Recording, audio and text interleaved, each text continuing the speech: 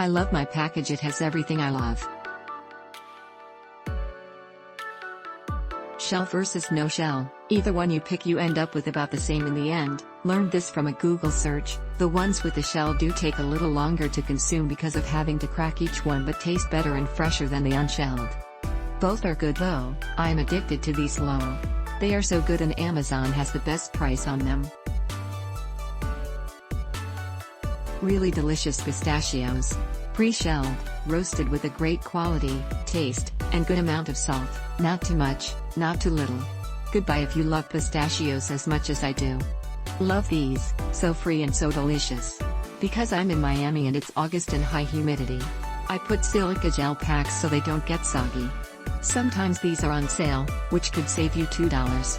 If you're wondering which will give you more pistachios, the 1.5-pound shelled bags or the 3 pounds unshelled.